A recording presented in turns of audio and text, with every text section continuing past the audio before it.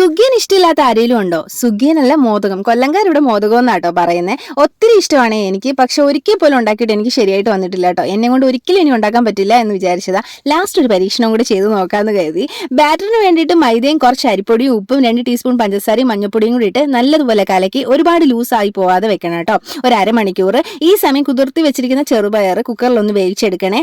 ഈ സമയം ശർക്കര ഒന്ന് ഉരുക്കിയെടുക്കണം കേട്ടോ. പയറിന്റെ ക്വാണ്ടിറ്റി അനുസരിച്ച് വേണം ശർക്കര എടുക്കാൻ, കാരണം ഒരുപാട് മധുരമായി പോകാനും പാടില്ല കേട്ടോ. പയറ് വെന്ത് വെള്ളമെല്ലാം വറ്റിപ്പോയതിനു ശേഷം ശർക്കര ഉരുക്കിയതും ചേർത്ത് കുറച്ച് ഏലക്കപ്പൊടിയും കുറച്ച് നല്ല ജീരകത്തിന്റെ പൊടിയും കൂടെ ചേർക്കുന്നുണ്ട്.